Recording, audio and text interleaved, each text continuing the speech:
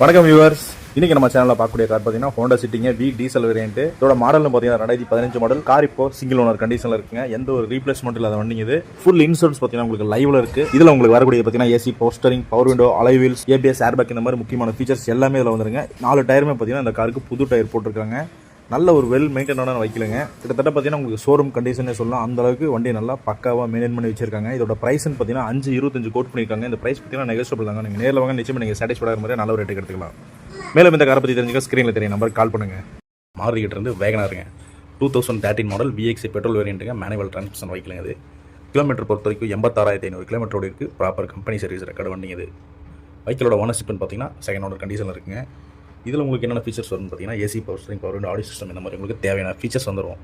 இதோட ப்ரைஸ்ன்னு பார்த்தீங்கன்னா 350 கோட் பண்ணுறாங்க. நீங்கள் நேரில் வாங்க, நிச்சயம் நீங்கள் சாட்டிஸ்ஃபைட் ஆகிற மாதிரி நல்ல ஒரு ரேட்டுக்கு எடுத்துக்கலாம்.